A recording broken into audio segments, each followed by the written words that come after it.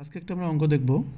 অঙ্কটি ছিল এরকম: যদি 5-এর পাওয়ার a প্লাস b সমান সমান 5 গুণন 25 গুণন 125 হয়, তবে এই যে a প্লাস b এর স্কোয়ার সমান সমান কত? অঙ্কটা আমরা এইভাবে দেখব। আমাদের কী দেওয়া ছিল? 5-এর পাওয়ার a প্লাস b সমান সমান 5 গুণন 25 এবং 125।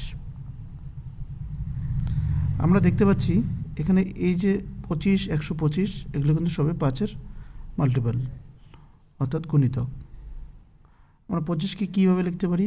পাওয়ার দিয়ে 5-এর পাওয়ার 2, কারণ 2টা 5 গুণ করলে 25 হচ্ছে। আর 125কে কীভাবে লিখতে পারি? 5-এর পাওয়ার 3। আর 5কে কীভাবে লিখতে পারি? 5-এর পাওয়ার 1।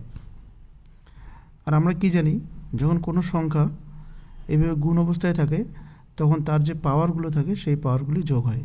অর্থাৎ এখানে আমি দেখতে পাচ্ছি যোগ করলে কত হচ্ছে? 1 যোগ 2 যোগ 3, মানে হচ্ছে 5-এর পাওয়ার 6। এটা আসলে ডান দিকে।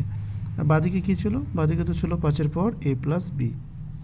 এবার আমি যদি তুলনা করি কী দেখতে পাচ্ছি? 5-এর পাওয়ার a প্লাস b সমান সমান 5-এর পাওয়ার 6।